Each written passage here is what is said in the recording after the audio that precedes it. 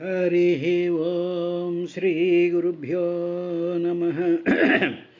తమలో పుట్టు అవిద్య గప్పికొనుడం తన్మూల సంసార విభ్రములై కొందరు తేలుచున్ కలగుచున్ పల్వెంట్లలన్ దైవయోగమునందు ఏ పరమేశు గొల్చి ఘనులై కైవల్య సంప్రాప్తులై ప్రమదం బంధుదురు. అట్టి నీవు కరుణం పాలింపుము ఈశ్వరా. కన్నులు కల్గువాడు మరి కానని వానికి త్రోవ చూపగా జన్నతి రుంగు మూఢునకు సన్మతి తాగురుడౌట. సూర్యుడే కన్నులుగాగ భూతముల కాంచుచునుండు రమేశ. మాకు ఉద్యన్నయమూర్తివై గురువవై అల్ల సద్గతి చాడచూపవే. ఇంగళము తోడి సంగతి బంగారము వన్నె కలుగు భంగిన్ త్వత్సేవాంగీకృతుల అఘంబులు భంగంబులు పొందు ముక్తి ప్రాప్తించు హరి. హృదయేశ నీ ప్రసన్నత 10,000 పాలిలేశ భాగము కథనం. ఇంద్రదశేంద్రత్వము కలదట తుది నిన్ను మెప్పింపనేది దొరకదు శ్రీశ. హృదయేశ నీ ప్రసన్నత 10,000 పాలి లేశభాగము కథనం. ఇంద్రదశేంద్రత్వము కలదట తుది నిన్ను మెప్పింపనేది దొరకదు శ్రీశ. పెరవాడు గురుడటంచును కొరగాని పదంబు సూప కుజనుండగు నీ నెరత్రోవ నడవ నేర్చిన నరమరలే నట్టి పదమునందు దయాబ్ధి. చెలివై చుట్టమవై మనస్థితుడవై చిన్మూర్తివై ఆత్మవై వలనై కోర్కుల పంటవై విభుడవై వర్ధిల్లు నిన్ను వల్లక ఏ పలు వెంటంబడి లోకమక్కట వృధా బద్ధాశమైపోయడిన్. నిలువన్ నేర్చునే హేమరాశి కనియున్ నిర్భాగ్యుడంభశయ. నీరరాశిలోన నిజ కర్మబద్ధమై ఉచిత నిద్రబొందియున్న లోకము ఏ మహాత్ముచేత ఎప్పటి మేల్కాంచునట్టి నీవు గురుడవగుట మాకు. అలింపుము విన్నపమిదె వేలుపుకమిరేని నిన్ను వేడికొనియదన్నాలోని చిక్కుమానిచి నీలోనికి కొంచు పొమ్ము నిఖిలాధీశ. హరి ఓం శ్రీ గురుభ్యో నమః. రహుగణము ఆ వేదాలలో చాలా భయంకరమైనటువంటి హింసలు అంటే బలి చేయడం అనేటువంటి విశేషాలున్నాయి. తరువాత సమస్తమైనటువంటి మానవులకు ఉండేటువంటి కోరికలు తీర్చుకోవడం అనేటువంటి ఒకానొక మార్గంలో అనేక రకాలైనటువంటి వేదోక్తమైనటువంటి క్రియలు చెప్పబడ్డాయ్యా. వీటి చేత మోహింపబడినటువంటి ప్రజలందరూ కూడా ఆ వేదంలో చెప్పబడినటువంటి విహితమైనటువంటి రకరకాలైనటువంటి వైదిక కర్మలన్నీ కూడా చేసేస్తూ ఉంటారు. చేసేస్తూ ఉండేటువంటి సందర్భంలో అందులో ఉండేటువంటి ఆ వేదమంత్రాలలో ఉండేటువంటి నిగూఢంగా ఉండేటువంటి అర్థం మాత్రం వీళ్ళెవ్వరికీ కూడా తట్టడం లేదు. ఆ వేదాలలో హింసాది దోషాలు లేనటువంటివి నెంబర్ 1. రాగద్వేషాలకు అతీతంగా ఉండేటువంటి పరమార్థ తత్వం యొక్క విచారం అందులో విలసిల్లడం లేదు, దాంట్లో కనిపించటం లేదు ఎవరికీను. ఇది గ్రహించాలి. అంటే ఏమిటి? ప్రతి వేద విహితమైనటువంటి క్రియలలో పూర్వం బలులు అవి ఇస్తూ ఉండేవారు అనుకోండి, అవి సరే. అనేక రకాలైనటువంటి విధి విధానాలు అనేక రకాలైనటువంటి నియమాలతో క్రమశిక్షణతో ఒక పద్ధతితో జరిగేటువంటివన్నీ జరుగుతూ ఉండేవి. అవన్నీ చెయ్యడంలో ఆ క్రియలు, ఆ కర్మలు, ఆ మంత్రాలను ఉచ్చరించడం, దానికి సంబంధించినటువంటి సంభారాల్ని ప్రతికూర్చుకుంటూ ఉండడం, ఇవన్నిటి మీద కూడా మానవుడికి మనసు పడుతూ ఉంటుంది. ఇటువంటి సందర్భంలో ఆ మంత్రాలలో ఏమిటి అంటే హింసాది దోషాలు లేనటువంటివి, రెండవది రాగద్వేషాలకి అతీతంగా ఉండేటువంటి పరమార్థ యొక్క తత్వం అందులో కనిపించటం లేదు. అందులో ఉన్నది, కానీ దానిని చూచేటువంటి సమయం కానీ, సందర్భం కానీ, మనసు కానీ ఈ కర్మలు చేసేటువంటి వేద విధులకు కనిపించటం లేదు. ఇది సత్యం. మనం ఏదైనా సరే ఒక పని చేస్తూ ఉన్నప్పుడు జ్ఞాత్వా కుర్వీత కర్మణి అని చెప్పింది. అంటే మనం చేస్తున్నటువంటి పనిలో ఉండేటువంటి అర్థం ఏమిటి, భావం ఏమిటి, అది దానిని మనం ఎలా అన్వయించుకోవాలి, దాని యొక్క దృశ్యాన్ని మనం మనసులో ఏ విధంగా కొలుపుకోవాలి అనేటువంటి విధానాన్ని పూర్తిగా పక్కన పెట్టేసేసి క్రియ కోసమే ఏదైనా సరే ఒక పూజ కోసమే అంతే. పూజ చేస్తే పుణ్యం అన్నారండి. ఆ పూజలో ఏదో నాకు ఈ కోరిక కలిగింది, ఈ బాధ కలిగింది, ఈ ఉపశమనం కావాలి అని చెప్పారు కాబట్టి ఇవి చేసేస్తున్నాము అంతే. అంతేమిటి, నువ్వు శరీరం అనుకోవడం, నీకు ఆ సందర్భంలో ఆ పర్టికులర్ టైంలో నీకేదో ప్రాబ్లం వచ్చింది, ఆ ప్రాబ్లం నుంచి నువ్వు బయటపడాలి. ఇది అలాంటిది అంటే తలనొప్పి వచ్చింది అంటే వెంటనే అమృతాంజనం రాసుకోవాలి. ఏదైనా రోగం వచ్చిందంటే డాక్టర్ దగ్గరికి వెళ్ళాలి, దాని నుంచి బయటపడిపోవాలి. ఈ విధం ఈ లౌకికమైనటువంటి వ్యవహారాలలో మానవుడు ఏ విధంగా అయితే బిహేవ్ చేస్తూ ఉన్నాడో అదే విధంగా వేదాలలో ఉండేటువంటి వేదవిహితమైనటువంటి కర్మల్లో కూడా ఆ సమస్యలకి అక్కడ సొల్యూషన్స్ తీసేసుకుని బయటపడిపోవాలి. అబ్బాయి ఇంత బ్రహ్మాండమైనటువంటి పారాయణ చేసాం, ఇంత బ్రహ్మాండంగా మేమేమో పూజలు చేసేసాం, ఇంత బ్రహ్మాండంగా ఇవి చేసేసాం అవి చేసేసాం అనుకునేటువంటి దానితో సంతృప్తి పడిపోతూ ఉన్నది. ఈ సంతృప్తి అనిత్యము, ఇది నిత్యం కాదు. ఇది ఒకసారి సంతృప్తి మనకి వచ్చింది అంటే అది నిత్యంగా ఉండాలి, మళ్ళీ దాని గురించి వెళ్ళాల్సినటువంటి అవసరం లేదు. కానీ మళ్ళీ వెళ్తున్నాము అంటే ఆ టెంపరీగా వచ్చినటువంటి ఆ ఉల్లాసమో, ఉత్సాహమో, ఆ సంతృప్తితో దాని గురించి అబ్బాయి ఇవాళ చాలా బాగా జరిగిపోయింది అనేసేసి వచ్చాడు. మళ్ళీ ఎందుకు వెళ్తున్నాం అన్నాడు అంటే నీకు లేదన్నమాట, అది నీ మనసులో లేదన్నమాట.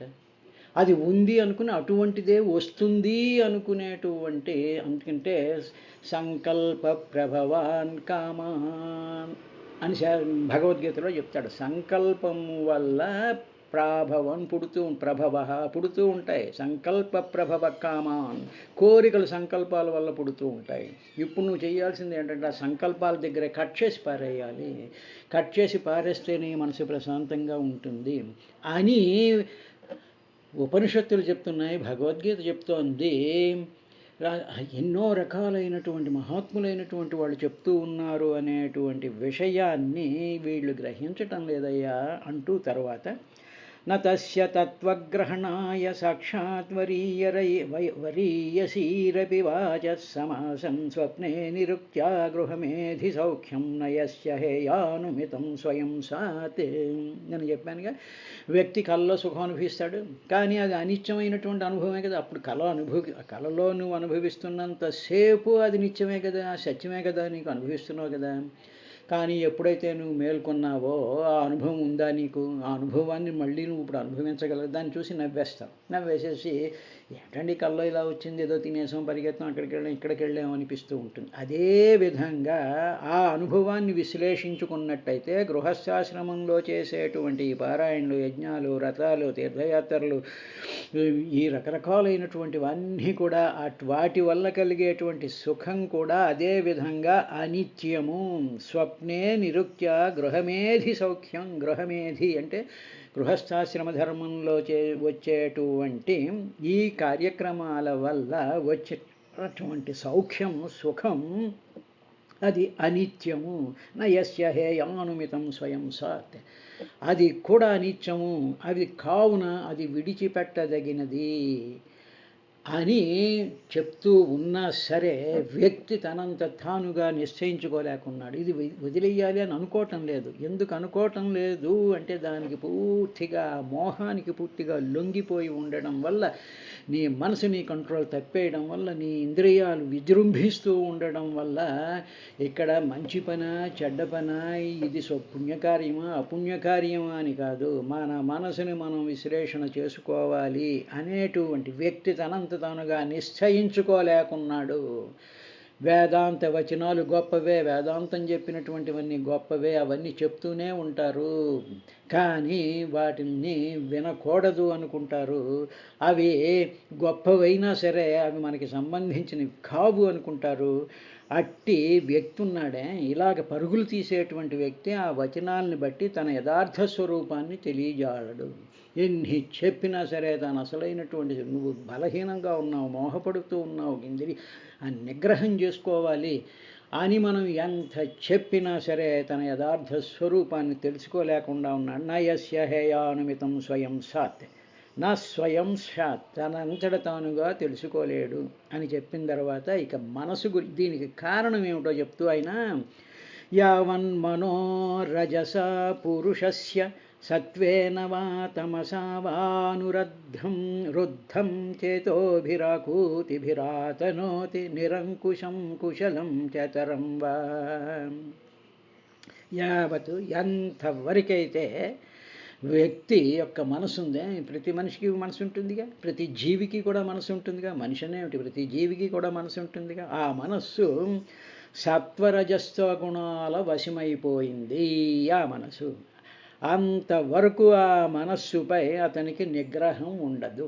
మనస్సు మీద మనకి నిగ్రహం ఆ వ్యక్తికి, అంటే ఆ లోపలుండేటువంటి ఆ నేనుకి మనస్సు మీద నిగ్రహం ఉండదు. దానికి కారణం చెప్పేస్తున్నాడు జడభరతుడు. ఎందుకు ఉండదు అంటే ఈ మనసు కానీ, ఈ శరీరం కానీ, ఈ వ్యవస్థలు కానీ రజస్తమో గుణాలకు వశమై ఉన్నాయి. సత్వరజస్తమో గుణాలు, 3 గుణాలకి కూడా ఈ మనస్సు అనేటువంటిది వశమైపోయి ఉన్నది. ఇప్పుడు ఏమిటండి అన్నాం అనుకోండి, మామూలుగా ఆలోచించి సత్వగుణము, సత్వగుణము అంటే ది ప్రాపర్టీ అని అర్థం. మనస్సు సత్వగుణము అంటే ఏమిటనమాట, ఉదాహరణకు ఒక తెర ఉందనుకోండి, తెర మీద బొమ్మలు పడుతూ ఉంటాయి. పడుతూ ఉండేటప్పటికి ఉల్లాసమైనటువంటి బొమ్మలు పడతాయి, రోగంతో ఉండేటువంటి బొమ్మలు పడతాయి, రకరకాలైనటువంటి బొమ్మలు, పర్వతాలు కనిపిస్తాయి, సముద్రాలు కనిపిస్తాయి, అగ్నిహోత్రాలు కనిపిస్తాయి, యాక్సిడెంట్లు కనిపిస్తాయి, ప్రేమ పాటలు కనిపిస్తాయి, ఇవన్నీ కనిపిస్తూ ఉంటాయి కదా మనసుకి ఆ తెర మీద.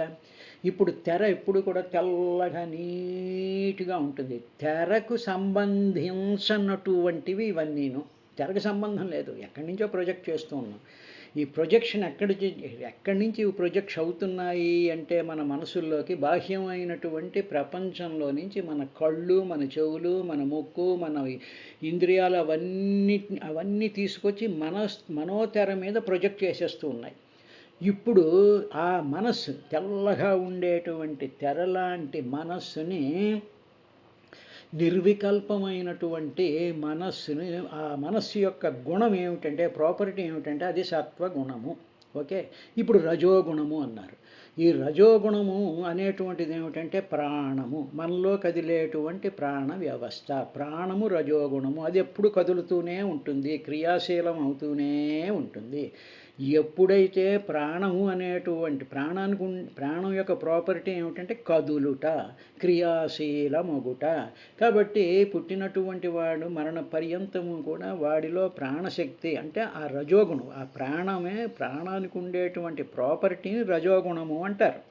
కాబట్టి ఆ రజోగుణం ఉండడం వల్ల ఏమవుతుంది, ఈ ప్రాణశక్తి వల్ల ఇంద్రియాలలో కదలిక వస్తోంది. ఎప్పుడైతే ఇంద్రియాలలో కదలిక వచ్చిందో అప్పుడు ఏం చేస్తుంది అంటే, ఈ మొద్దులాంటి పదార్థంతో కూడుకున్నటువంటి శరీరము యాక్టివేట్ అవుతుంది. ఇంద్రియాలలోకి ఈ ప్రాణశక్తి, ఈ రజోగుణం ప్రవేశించడం వల్ల మానవుడి యొక్క, జీవుల యొక్క తమోగుణం అంటే పదార్థమయమైనటువంటి దానిలో ఈ మార్పులు వికారాలు కలుగుతూ ఉంటాయి. ఇలా కలుగుతూ ఉండేటువంటి సందర్భంలో ఈ మనస్సు దేనికి వశమైపోతుందంటే ఈ మూడిటికి వశమైపోతుంది. సత్వరజస్తమో గుణాలకి ఈ మనస్సు అనేటువంటి తెర, ఈ రజోతమో గుణాలకు ఈ సత్వగుణం కూడా రియాక్ట్ అయిపోయి ఆ సత్వగుణంలో ఆ తెరలో బొమ్మలన్నీ ఉండిపోతున్నాయి. సినిమా తెర మీద బొమ్మలన్నీ ఉండిపోవు, సినిమా అయిపోగానే తెర తెల్లగానే ఉంటుంది. కానీ ఇక్కడ మానవుడి యొక్క తెర ఎలా ఉంటుంది అంటే ఆ తెల్లనైనటువంటి ఆ మనసులోకి ఇవి ఎప్పుడైతే వచ్చి పడిపోతూ ఉంటాయో అవి స్మృతుల కింద, జ్ఞాపకాల కింద, అనుభవాల కింద, వాసనల కింద ఆ సత్వగుణం అనేటువంటి మనసు కంటామినేట్ అయిపోయి అప్పుడు ఈ సత్వరజస్తమో గుణాల యొక్క వశం అయిపోయినటువంటి ఆ టోటల్ కాంబినేషన్ మనసు అయ్యా అంతవరకు అలా అయిపోతుంది. అప్పుడు ఏం జరుగుతుంది అంటే అనురుద్ధం అవన్నీ కూడా మన పరవశం చేసేస్తూ ఉంటాయి. ఇంకా మన మీద మనకు కంట్రోల్ ఉండదు. అక్కడికి వెళ్ళిపోవాలి, చేసేయాలి, ఆ పనులు చేసేయాలి, ఈ పనులు చేసేయాలి, దాంట్లోంచి ఏదో ఆనందం వచ్చేస్తుంది, అదొక స్మృతి కింద మిగిలిపోతుంది, అది 10 మందికి చెప్పేసుకోవాలి. ఈ విధమైనటువంటి వశమైపోయినటువంటి ఆ మనసు పరవశము చేయబడి ఉండును. దాని యొక్క వశమైపోతుంది. పరవశము అంటే పరులకు వశమైపోవడం పరవశం. మనం ఏమనుకుంటామంటే మనం వాళ్ళని చూసి చాలా పరవశం చెందామండి. నువ్వు పరవశం చెందలేదు, వాళ్ళ వశం అయిపోయావు. నువ్వు వాళ్ళ వశం అయిపోయావు కాబట్టి నేను పరవశం చెందాను అని చెప్పి నిన్ను నువ్వు మోసం చేసుకుంటూ ఉన్నావు. కాబట్టి పరుల యొక్క వశం. ఇక్కడ పరులు ఎవరు అంటే మనకు కనిపిస్తున్నటువంటి దృశ్యమాన జగత్తులో ఉండేటువంటి సర్వము కూడా పరులు, వాటి యొక్క వశమైపోతున్నారయ్యా. అలాంటి పరిస్థితిలో ఈ లోపలుండేటువంటి జీవుడున్నాడే, ఈ నేనున్నాడే అంటే శరీరంతో తాదాత్మ్యం చెందిపోయినటువంటి నేను ఈ మనసుకి దాన్ని ఇంక నిగ్రహం చేయలేకపోతున్నాడు. అట్టి మనస్సు జ్ఞానేంద్రియాలు కర్మేంద్రియాల సహకారంతో అలాగ మనసు ఏం చేస్తుందంటే జ్ఞానేంద్రియాలని కర్మేంద్రియాలని సహకారంతో అతని చేత అనేకమైనటువంటి పుణ్యపాప కార్యాలు అధికంగా చేయిస్తూ ఉంటుంది. ఇక ఎప్పుడైతే మనోనిగ్రహం లేనటువంటి మనస్సుకి నిగ్రహం తప్పిందో, ఎప్పుడైతే మనస్సు చంచలము, అందుకనే అంటాడు మనసు చంచలము అస్థిరము అనేటువంటి పదం వాడతాడు భగవద్గీతలో. యతో యతో నిశ్చరతి మనః చంచలం అస్థిరం తతస్తతో నియమ్యైత ఆత్మాన్యేవ వశం నయేతి అంటాడు. యతో యతో నిశ్చరతి మనః చంచలం అస్థిరం. ఈ మనసు చంచలమయ్యా, అస్థిరమయ్యా. 2 ప్రాపర్టీస్ చెప్పాడు మనసుకి. మనసు అస్థిరం అంటే స్థిరముగా ఉండదు అంటే ఏమిటనమాట, ఉదాహరణకి ఏదైనా ఒక మిషన్ ఉందనుకోండి, ఆ మిషన్ బాగా కదులుతోంది అనుకోండి. ఉదాహరణకి ఏదో కారు ఉందనుకోండి, కారులో స్క్రూలు నట్లు అవన్నీ గట్టిగా బిగించుంటాయి, స్థిరంగా ఉంటాయి. మనం దాన్ని మోషన్లో పెట్టాం అనుకోండి, అప్పుడు ఏమవుతాయి, ఆ స్క్రూస్ అన్నీ కూడా స్థిరం చెందుతాయి, అంటే లూజ్ అవుతూ ఉంటాయి. కాబట్టి లూజ్ అవ్వడం అస్థిరం అంటే ఇటు అటు ఊగుతూ ఉండడం, స్థిరం అంటే రెడీ టు మూవ్ అవుట్, బయటికి వెళ్ళిపోయేటువంటి దాన్ని అస్థిరము అంటారు. స్థిరంగా లేకపోవడం అని అర్థం. ఉదాహరణకి నేను కుర్చీలో కూర్చున్నాను అనుకోండి, కుర్చీలో కూర్చున్నాను కానీ కొంచెం ఇటు అటు అస్థిరంగా ఉంటుంది, నేను ఇటు అటు కదులుతూ ఉంటాను. ఇప్పుడు అస్థిరం, ఆ అస్థిరం అనేటువంటి గుణం మనసుకుందయ్యా. అస్థిరం మనసు, అస్థిరం. తర్వాత చంచలం, చంచలం అంటే లేచి వెళ్ళిపోవడం అనమాట. అస్థిరంగా నాకు ఎప్పుడైతే ఇవన్నీ లూజ్ అయ్యాయో అప్పుడు ఏమవుతుంది, ఇప్పుడు టైర్ లూజ్ అయింది, స్క్రూస్ లూజ్ అయ్యాయనుకోండి, చక్రం అప్పుడు ఏమవుతుంది, చంచలం అయిపోతుంది, అంటే చక్రం ఊడి బయటికి వెళ్ళిపోతుంది. కాబట్టి అందువల్ల మనసు అస్థిరం చంచలం. ఇలాగ మనస్సు ఎప్పుడైతే చంచలమైపోతుందో నిశ్చరతి యతో ఎక్కడికి పడితే అక్కడికి వెళ్ళిపోతూ ఉంటుంది. ఏది చూస్తే దాని మీదకి వెళ్ళిపోతూ ఉంటుంది. ఏమి మాట్లాడితే ఆ మాటలన్నీ బయటకు వచ్చేస్తూ ఉంటాయి. దీనికి కారణం ఏమిటి అంటే దీనికి ఆ మనసుకి నిగ్రహం లేకపోవడం అనేటువంటిది. ఇలాగ వెళ్ళిపోతున్నప్పుడు, ఎక్కడ పడితే అక్కడికి వెళ్ళిపోతున్నప్పుడు తత్ర అక్కడికక్కడే తతస్తతో నియమ్యైత అక్కడికక్కడే కంట్రోల్ చేసేయాలి, అక్కడికక్కడే నియమించాలి, అప్పుడు కంట్రోల్ చేయాలి. ఉదాహరణకి రోడ్డు మీద ఏదైనా ఒక వ్యాన్ వెళ్తోంది అనుకోండి, నేను మనసు అస్థిరం కదా, నేను కూర్చున్నాను, మనసు చంచలం. ఇప్పుడు రోడ్డు మీద ఎవరో ఏదో బండో లేకపోతే ఏదో పెక్యులేట్ సౌండ్తో వెళ్ళింది అనుకోండి, అప్పుడు ఏమైపోతుంది? నిశ్చరతి, దాని మీదకి యతో నిశ్చరతి, అక్కడ ఇమ్మీడియట్గా నా మనసు అక్కడికి వెళ్ళిపోతుంది. ఎక్కడికి వెళ్ళిపోయింది? ఆ శబ్దం వినగానే అస్థిరంగాను చంచలం అనమాట, వెంటనే కదిలిపోతుంది మనసు. కదిలిపోయేటప్పటికి ఏం చేస్తుంది? ఈ కర్మేంద్రియాలకి జ్ఞానేంద్రియాలకి పని చెప్పేస్తూ ఉంటుంది. ఇలా పని చెప్పేసిన వెంటనే నా కర్మేంద్రియాలు నాకు వెంటనే కాళ్ళు బయలుదేరిపోతాయి. జ్ఞానేంద్రియాలు ఏమిటి అనేటువంటి ఆసక్తి బయలుదేరి బయటకు వెళ్ళిపోయి చూస్తూ ఉంటాను. ఇది జరుగుతుంది. ఇది తప్పండి ఒప్పండి అని కాదు, ఇక్కడ ప్రాసెస్ చెప్తున్నాడు. How a human mind or a human system, a living being, అది ఏ ప్రాణి కూడా ఏ విధంగా మూవ్ అయిపోతూ ఉంటుందో, అస్థిరం చంచలం అయిపోతుందో అన్న విషయాన్ని చెప్తున్నాడు. చెప్పిన తర్వాత అక్కడికి వెళ్ళాడు. ఇప్పుడు ఏం చేయమంటే తతో నియమ్య, అలా వెళ్ళిపోవడానికి సిద్ధం పడుతుంది. అక్కడికక్కడే నియమించేసే. ఆ శబ్దం వస్తుంది, వస్తుంది, I don't want to move అని చెప్పేసి తతో అక్కడికక్కడే, తతో అంటే అక్కడికక్కడే నియమించేసామండి. బాగానే ఉందండి, నియమించేసామండి. మరేమో అస్థిరం చంచలం అన్నారు కదండి, మరి అలాగుండేటువంటి మనసు అస్థిరం చంచలం కదా, కదులుతూ ఉంది కదా. నియమ్య అంటే నా జ్ఞానేంద్రియాలకి కర్మేంద్రియాలకి నా ఆసక్తిని చంపేసేసుకుని నేను I don't want to go అని చెప్పేసేసి నేను నియమ్య నా మనసుని నిగ్రహించుకున్నాను. అయినా సరే మనసు అస్థిరం చంచలం అని చెప్పావు కదా కృష్ణ, మరి ఏం చేయాలి అన్నాడు. ఇప్పుడు ఆ అస్థిరత్వాన్ని ఆ చంచలత్వాన్ని ఏం చేయాలి అంటే ఆత్మన్యేవ వశం నయేత్, పరమాత్మ యొక్క వశం చేయి. ఈ చంచలమైనటువంటి మనస్సుని, అస్థిరమైనటువంటి మనస్సుని ఆ పరమాత్మ మీదకి చెయ్యి, దాని వశం చెయ్యి, అంతేగాని బయట ఉండేటువంటి వాటి మీద వశం. ఉదాహరణ సింపుల్ ఎగ్జాంపుల్ చెప్పాం అనుకోండి, మామూలుగా ఏదో గుళ్ళోకి వెళ్ళేటప్పటికి ఏదో చేసుకుంటూ ఉంటాం. ఇంతలో ఏమిటవుతుంటే ఎవరో డబ్బాలు కొట్టుకుంటూ ఏవో వచ్చేసి రకరకాలైనటువంటి మనుషులు వచ్చేసారనుకోండి. వచ్చేసేటప్పటికప్పుడు ఏమవుతుంది? న్యాచురల్ చాలా స్వభావం కదా, ఇమ్మీడియట్గా మన కళ్ళు ఎట్టు వెళ్ళిపోతాయి, ఎవరో వచ్చారనుకుంటాం, వాళ్ళ శబ్దాలు వింటూ ఉంటాం, అస్థిరం చంచలం, వెంటనే ఆ శబ్దాలు వెనకాల ఆ రూపాల వెనకాల మన మనసు పరిగెడుతూ ఉంటుంది.